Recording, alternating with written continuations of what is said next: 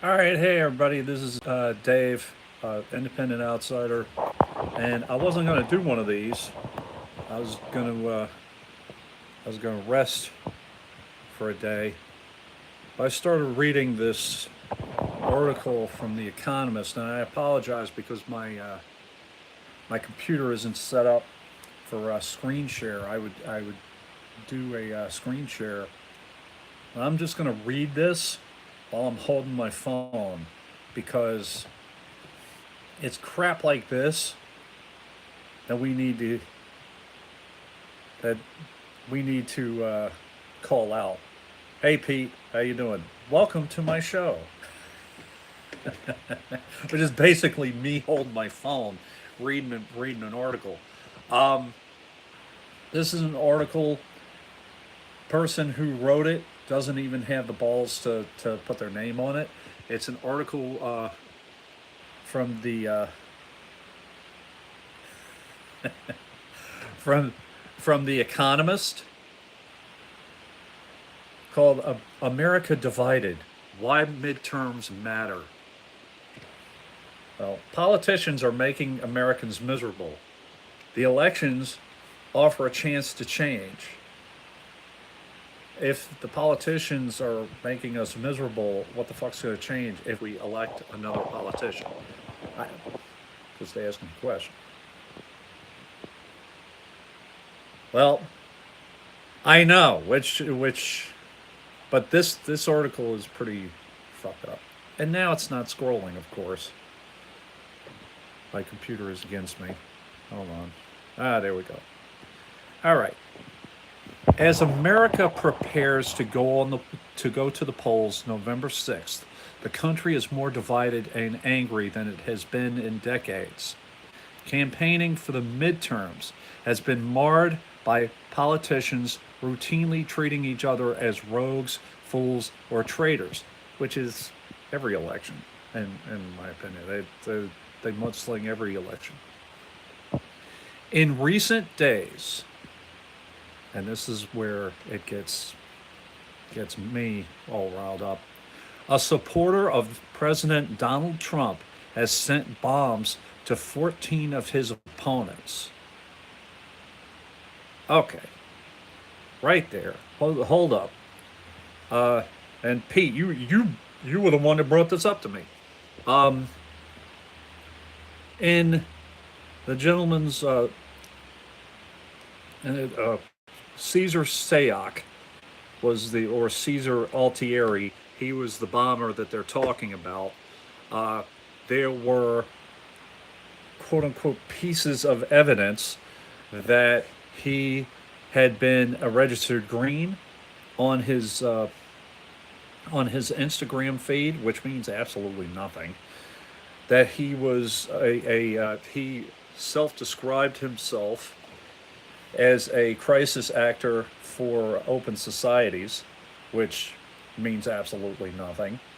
And it had been reported that he was a registered Republican from March of 2016, I believe. Uh, Pete, you brought it up, and several other people brought it up that he was a felon. So I don't know how he could possibly be a registered voter in Florida from any party.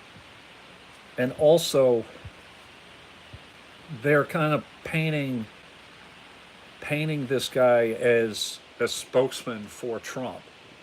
I'm not a Trump guy, but it irritates me.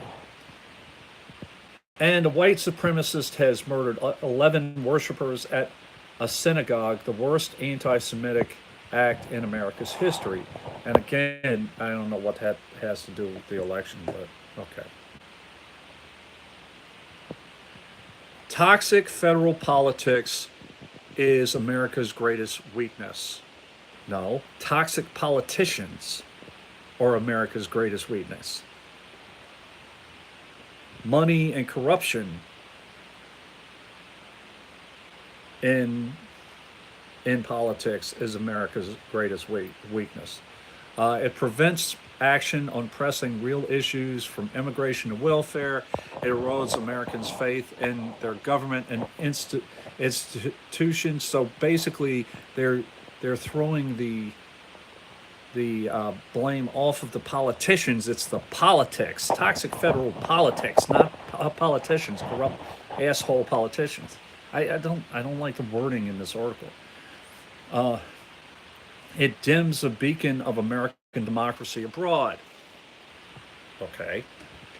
The midterm elections are a chance to begin stopping the rot and even to start the arduous task of putting it right. Mr. Trump did not begin this abasement. It's true. But he has embraced it as enthusiastically as anyone and carried it to new depths of his own devising. All politicians stretch the truth, okay? Mr. Trump lies with abandon over 5,000 times since he was inaugurated.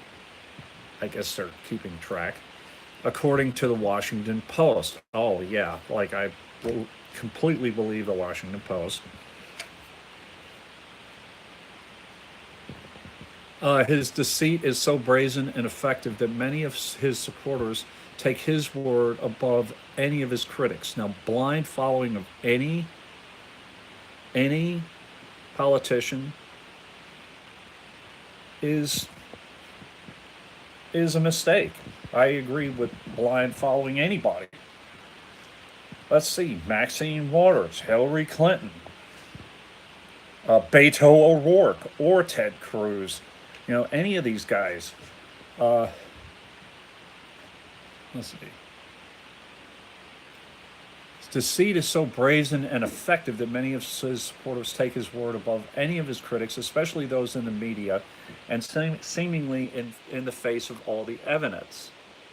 And again, people believe they're who they are following, whether it's Trump or Hillary or Bernie Sanders or any of these guys. That suits Mr. Trump because once nobody is believed, he cannot be held to account. But it is disastrous for America. Once reasoned debate loses its power to win arguments, democracy cannot function. Hey, Lisa. Mr. Trump is also willfully divisive. All politicians attack their opponents, but presidents see it as their duty to unite the country after a tragedy. Only Mr. Trump would think the Tree of Life synagogue shooting a chance to hit back at the media and Democrats for criticizing him. Only he would suggest that rather than tone down his explosive rhetoric, he might just tone it up. That's crap. We know that. It's crap. Both Democrats and Republicans used September 11th, 2001 to promote their campaigns. Oh, mostly like Giuliani and a lot of Republicans did it, but come on. You're telling me that tragedies, the Charlottesville tragedy, and all of this has not been used before. Fear has been used by many politicians to get themselves elected. They're full of it. This article is full of it. Such divisiveness matters because when your opponents are simply bad people, the compromises that is the foundation of all healthy politics becomes hard within parties and almost impossible between them. Okay, healthy politics. Who the fuck has seen healthy politics? I've seen so many PACs come in. There's a PAC by John Ossoff's mother I just saw. That she has a PAC for women running in Georgia. Doesn't matter if it's a Republican or apparently you just lift your shirt, make sure you have boobs, and you're good, and check to see if your genitalia is correct, and if your genitalia is correct, you get money from John Ossoff's mom's PAC. So whatever. I can't, division. That's all it. That's all this is. All the politicians. All the politicians. Much love to you, Lisa. Feel better. All politicians are using divisive politics. All politicians are using tribal politics. Yes, Stevie. Every single one of them. Race, religion, gender, sexual orientation.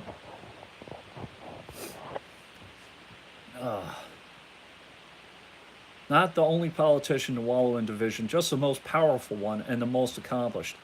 I don't know. Let's see. Hillary Rodham Clinton is one. Bill's done it. Um, our John McCain did it. You know, there have been people. So let's see, where are we going? Before he was elected, more than half Democrats told pollsters they were afraid of Republicans, and almost half Republicans said the same about Democrats.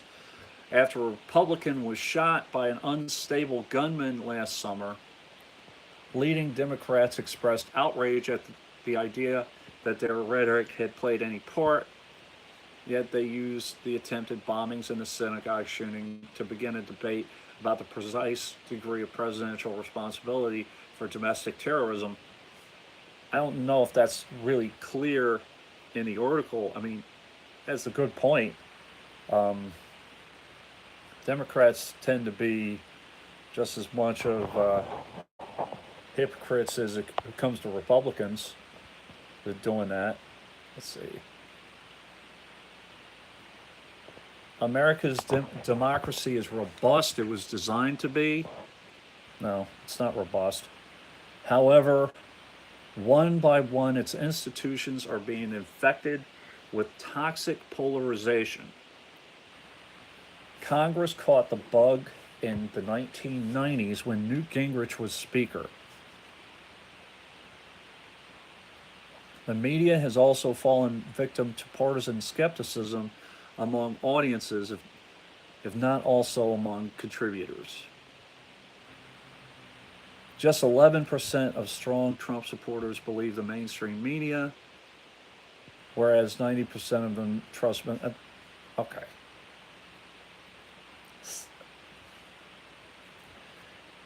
Here's the reason that I don't trust the media. The media is about stories. It's not about news. It's not about collecting facts anymore. And it's also about immediacy. So it's not about doing research. It's about who can catch Kim Kardashian's ass crack faster than the other person. And I could give a crap. I could care less about half the crap that the news media reports. And the other thing is that the news media tends to be divisive, just as this article is saying that that politicians are divisive. They have like really hot topics, gun control, the Me Too thing, to get people fighting amongst each other. That's just, sells papers or sells whatever. So, yeah, just because you don't trust the media doesn't mean that you're a Trump supporter. I guess I would be in Trump's cabinet. I'm just saying. Media's full of crap. Let's see. So, no. Oh, look, a CBS News poll found in the summer. So, 11% of strong supporters, Trump supporters, believe the mainstream media, and 91% of them trust Trump. So, trust Trump for what? Curious, just in general. Now the Supreme Court is perceived to be partisan too, which it is. Democrats see recent confirmation of Brett Kavanaugh to the court as the ramming through of a partisan who has lied possibly about sexual assault and who will be incapable. Why does it have to be Democrats? They're framing this as a Democrat versus Republican thing. This is what I don't like too. You don't have to be part of a Democrat or Republican. It doesn't have to be two parties. It's framing it like you're either one or the other. So let's see. Democrats see the recent blah blah blah recent confirmation of Brett Kavanaugh to the court as the ramming through of a partisan who has lied possibly about a sexual assault, and those who will be incapable of putting the law above his party. Guess what? I'm not a Democrat, and I thought Kavanaugh was crap. So Republicans, by contrast, see as a triumph over a monstrous Democratic conspiracy. Again, you're painting pictures. This is what's wrong with the media. You have no data, nothing. No polling. You're just labeling this is what Democrats think and this is what Republicans think. You got nothing. You got no data here.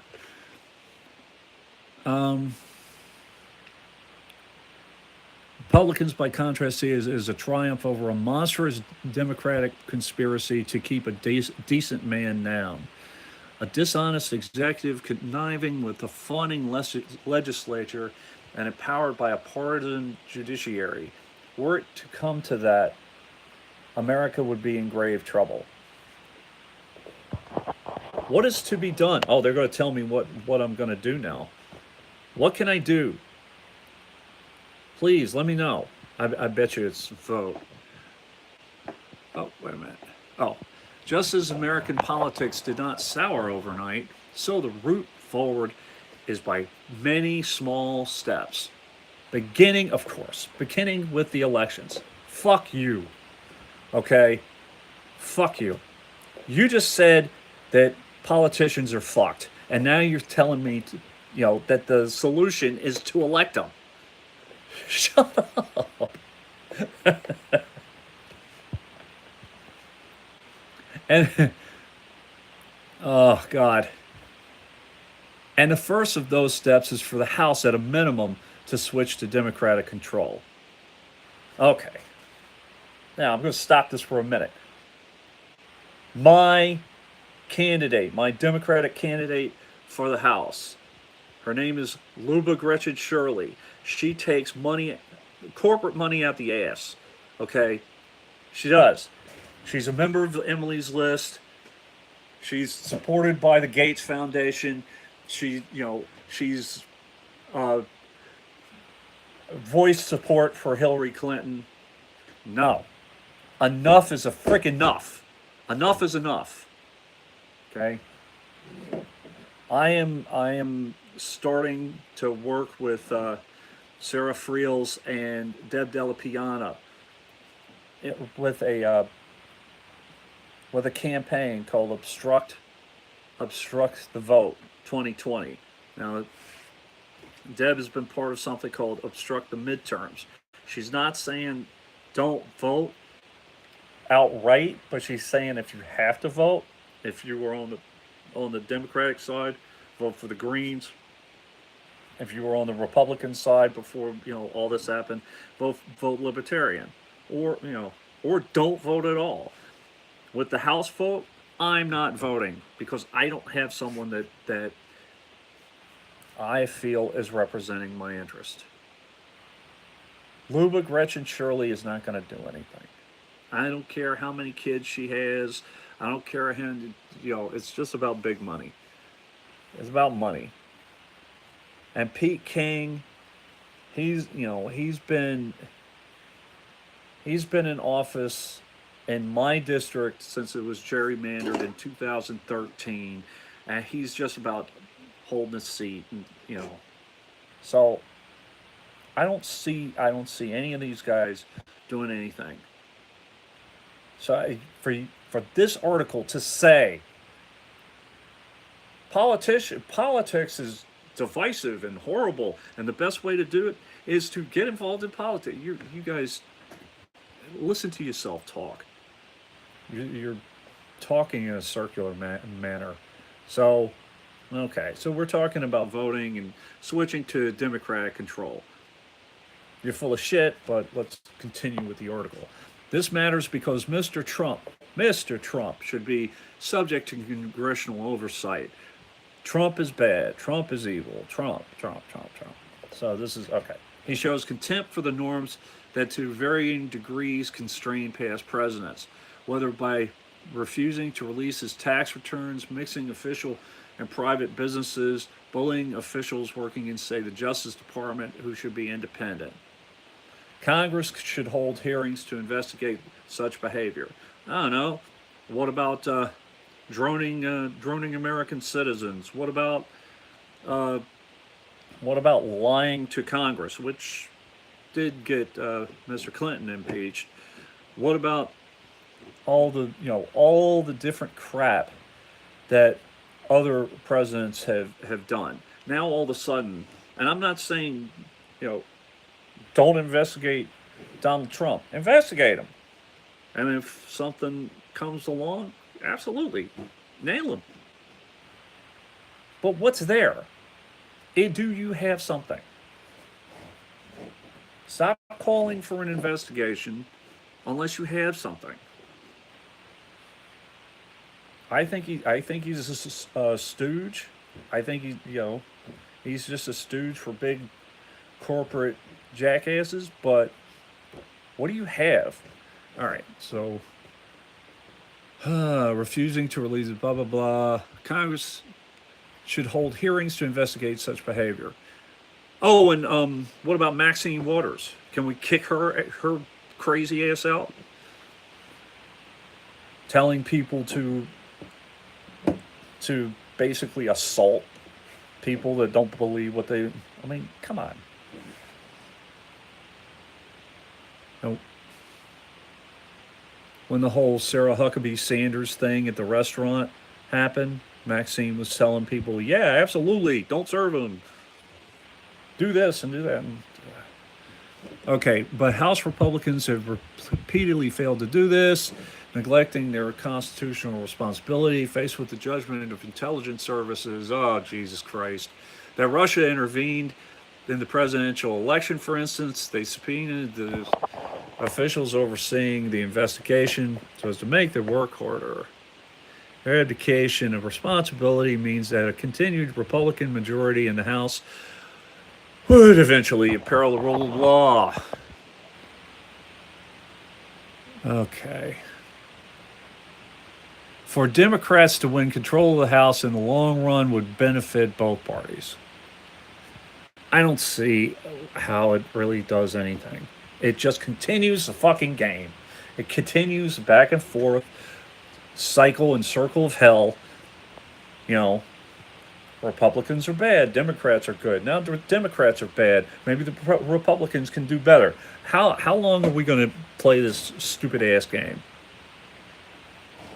One party cannot do all the bad shit that they do without the other. It's like the Democrats are Batman to the Republicans Joker. They couldn't exist without the other. So, Democrats to win control of the House would in the long run benefit both parties. Defeat would encourage some Republicans to start putting forward a conservative alternative to Trumpism. Defeat in the Senate would turbocharge that effort, though it looks unlikely. Status quo would submit Mr. Trump's takeover of the Republican Party. The calculations for the Democrats rest on the dangers of defeat. Good Lord. All right. I'm pretty much I will post how much longer do we have here? Oh, we have to control. Oh, okay.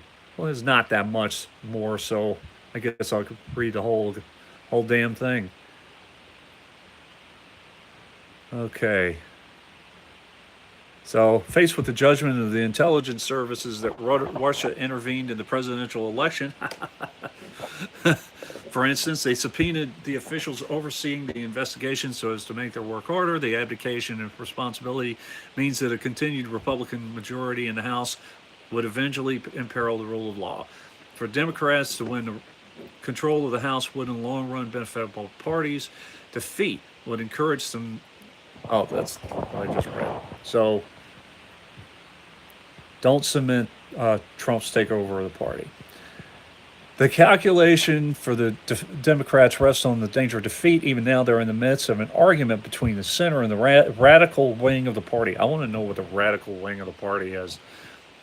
Another loss could send them careening leftward. So apparently, they shouldn't be going to the left. The Democrats once again won a majority of votes, but ended up with only a minority of seats. The party could be tempted to build on a platform of norm-busting policies, like expanding the size of the Supreme Court or impeaching justices. By contrast, a House takeover would embolden the party's moderates. And by the way, I'm not completely against the potential impeaching of a justice if it's shown to be warranted. And by the way, there are rules in place to be able to do that. So it's not a rule busting whatever. So nor is a divided government always led to gridlock. Even now, with the president and congressional Democrats agree on some things, such as building infrastructure, confronting China, whatever, and fighting the opioid epidemic, which, by the way, we created. Let them fight over everything else, but put aside their mutual contempt in pursuit of policies for which they can both claim credit. A single example might show there can be value in dignity and compromise. America will not mend its politics in a single election. Oh, wow, imagine that. At a minimum, progress will take more votes, a renewal of the Republican Party, and a different president with a different moral compass. So these motherfuckers get to choose who it is. And this is another thing. Listen, I don't like Trump. I don't know who does, and but tell you what, he's in. He's going to be in for another couple of years. So find a decent, non-corrupted alternative, and there you go. It's not the people. It's the system. You have to get rid of the system. The right results next week could point the way. They're full of shit. This article by The Economist, which I will post, I'm going to have to go to work soon, but I will post it.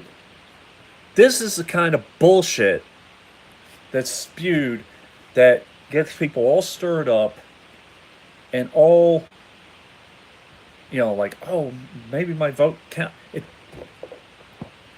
They have kids who can change the damn voting results in real time. They can hack the fucking voting boxes. So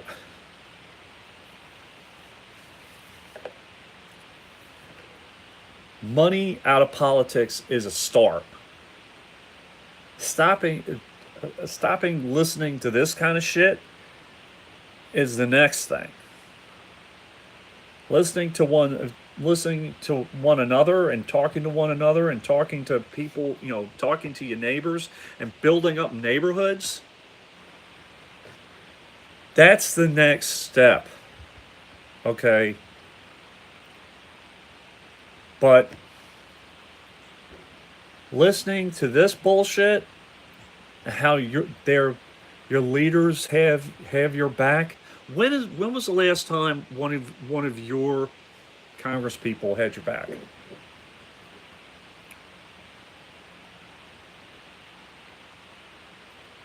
I mean, I contacted my local town about 10 years ago, and they helped me with something. But it's like, seriously, When was the last time anybody ever did anything for you? My my insurance rates are through the goddamn roof at this point.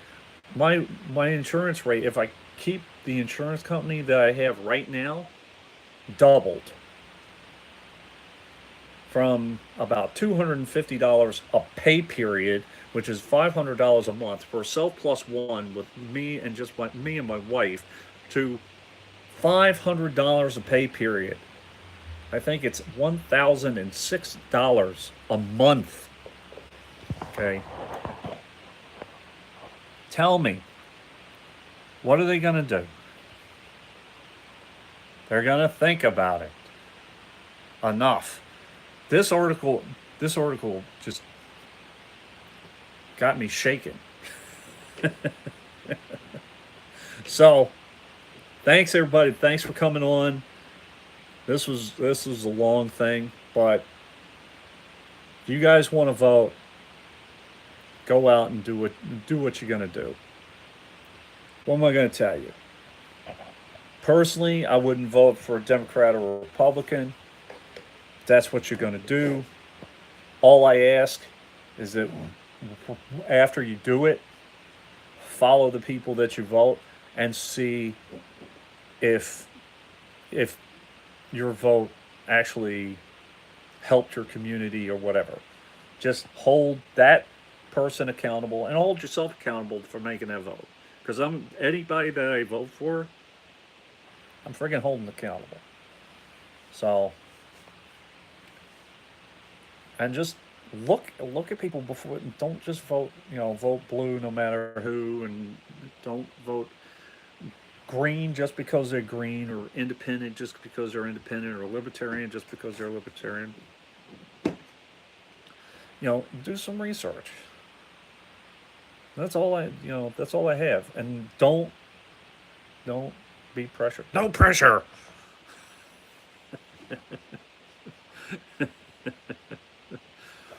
Well, I hope this wasn't really the most entertaining one, but it pissed me off. These guys, bullshit like this. You have to vote. You have to change the climate. Trump. Trump. Oh, Russian collusion. Trump. Really? From The Economist. Really? I knew it was shitty because the person who wrote this goddamn thing didn't even have the balls to put their name on it. So I'm just saying, it's freaking awful. Anyway, I'm gonna go. You guys have a great election day. Do what you got to do, and I will see you. I will see you later. Independent Outsider out.